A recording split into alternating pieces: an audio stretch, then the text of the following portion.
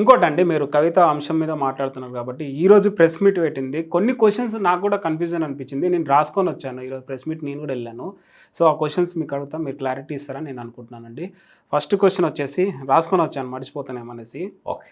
ఇవాళ నాన్నకి సిబిఐ వచ్చిందంటే కేవలం హరీష్ సంతోష్ వల్లనే అని కారణం అంటుంది. నిజమేంటారా?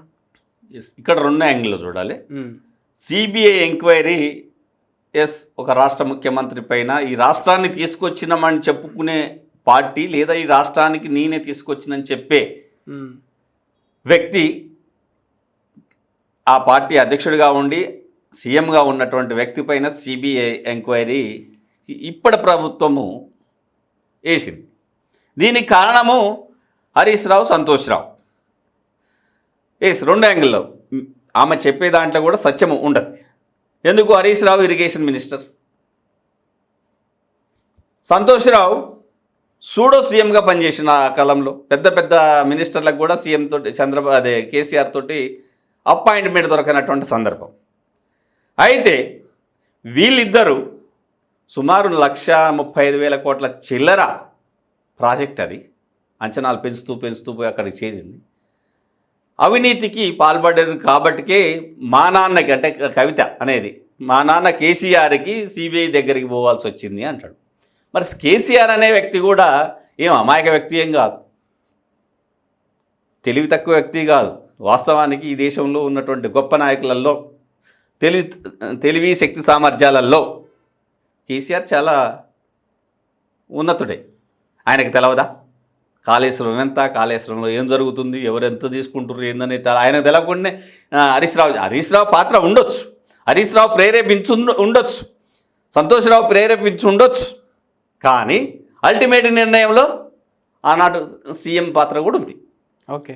సో తనకు తండ్రిని కాపాడుకోవటం కోసం తనకు పార్టీలో ఇబ్బంది ఉన్నది కాబట్టి బయటికి వెళ్ళిపోయేటప్పుడు తన తండ్రి అనేది లేకపోతే తనకు మొహం చెల్లదు కాబట్టి తండ్రిని డాల్గా వాడుకుంటూ వీళ్ళని అటాక్ చేస్తుంది. అయితే ఒకవేళ కాళేశ్వరం అనే ప్రాజెక్టులో అవినీతి జరిగి ఉంటే ఈ ముగ్గురికి పాత్ర ఉన్నది. మామకు వెన్నుపోటు అంటారా మరి? ఎవరు? హరీష్ రావు. వాస్తవానికండి వెన్నుపోటన్నా అంటే వాస్తవానికి రెండోసారి బీఆర్ఎస్ అధికారంలోకి వచ్చిన తర్వాత కొంతకాలము హరీష్ రావుకి మంత్రి పదవులకు కూడా తీసుకోలేదు. ఇంకొకటి చూడండి, ఎంతసేపటికి ఇప్పుడు వచ్చినటువంటి ప్రభుత్వం ఆమె అడుగుతున్న క్వశ్చన్లే ఆలోచిస్తే రేవంత్ కూడా ఎన్నడూ కూడా హరీష్ రావు గురించి పెద్దగా అటాక్ చేసిన సందర్భం లేదు. ఒక కేటీఆర్ని చేస్తుండు, నెక్స్ట్ ఇదే క్రమంలో కేసీఆర్ని చేస్తున్నాడు. అంటే హరీష్ రావు అనే వ్యక్తి కూడా బీఆర్ఎస్లో బీఆర్ఎస్ ప్రభుత్వంలో చాలా కాలం పూర్తిగా పార్టీ పైన లేదా ప్రభుత్వం పైన అజమాయిషి సంపాదించి అనేక పనులలో కీలక పాత్ర వహించిండు. సరే, అవినీతి జరిగిందా లేదా, ఎక్కడ జరిగింది అనేది తేల్చాల్సింది అనంతర ప్రభుత్వం లేదా రేవంత్ రెడ్డి ప్రభుత్వం. ఈ రేవంత్ రెడ్డి ప్రభుత్వం కూడా మరి ఏం చేస్తుందో ఎలా చేస్తుందో ప్రజలకు అర్థం కాని పరిస్థితి. మీరు అన్నట్లే సిబిఐ ఎంక్వైరీ చేసిన ఎన్నికల్లో రాకముందు నువ్వు చెప్పింది ఏంటి? నేను వస్తే కేసీఆర్ని జైల్లో పెడతా అంటే నీ వ్యక్తిగత కక్షతోటి పెడతానన్నావా, లేకపోతే అవినీతికి పాల్పడ్డాడని నిరూపితమైతే జైల్లో పెడతావా? ఒకవేళ అవినీతికి పాల్పడ్డాడని నిరూపితమైతే నువ్వు కమిషన్ ఇచ్చినవే, ఆ కమిషన్ ఇచ్చిన రిపోర్ట్ వచ్చి ఉంటుంది. ఆ రిపోర్ట్ని బేస్ చేసుకొని మరి రాదు వద్దనరా? ఆ రిపోర్ట్లో ఏం చెప్పిరా చెప్పరాదు ప్రజలకి? ఇది నీ ఇంటి సమస్య కాదు, కేసీఆర్ ఇంటి సమస్య కాదు, యావత్ తెలంగాణ ప్రజలది.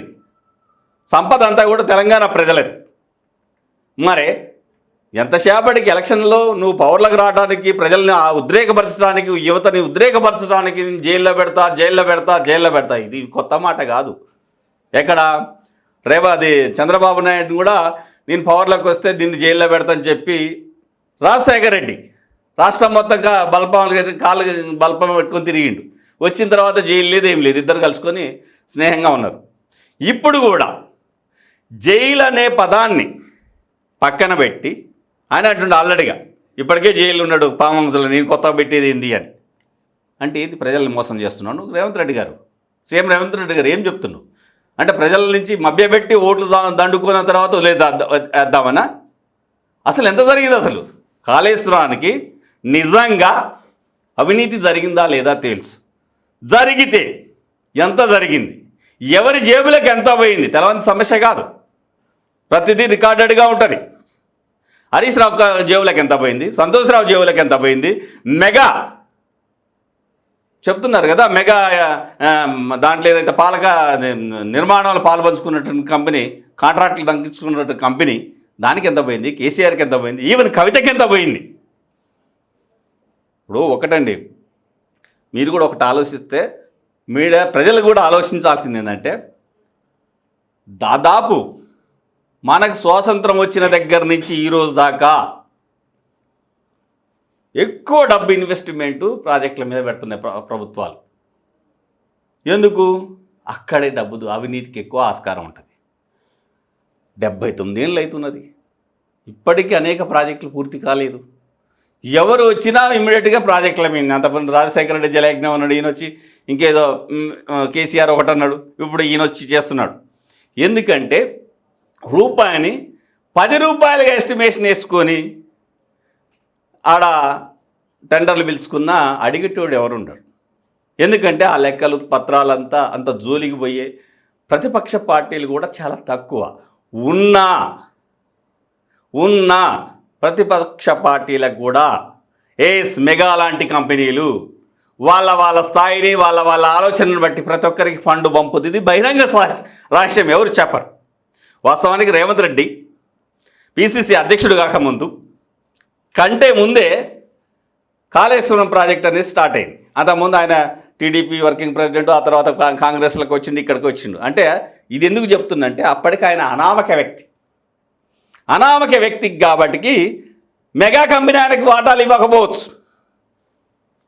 కానీ ఆనాడు ఉన్నటువంటి కాంగ్రెస్లో ఉన్నటువంటి సీనియర్ నాయకులందరికీ వాటాలు ముట్టినాయి అనేది కూడా అనేక మంది బహిరంగంగా చర్చించుకునే అంశం. ఆనాడు కాళేశ్వరం వాటాలు పలానేళ్ళకి, మల్లయ్యకి, పుల్లయ్యకి, సరే వాళ్ళ పేర్లు మనం ఎందుకు చెప్పాలి, కానీ సీనియర్ నాయకులుగా ఉన్నటువంటి కాంగ్రెస్ నాయకులు.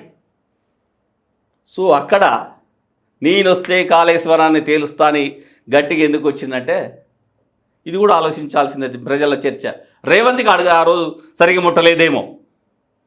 మరి నువ్వు వచ్చినావు, తేల్చినావు, ఎంక్వైరీ చేసినావు నువ్వు సిబిఐకి పంపటేంది, దాని ఉద్దేశం ఏంది అంటే మీరిద్దరు మళ్ళీ నువ్వు కేసీఆర్ రాజీపడ్డారా, లేకపోతే కేసీఆర్ సోనియా ఒప్పందం చేసుకున్నారా, అందుకే నువ్వు వదిలిపెడుతున్నావా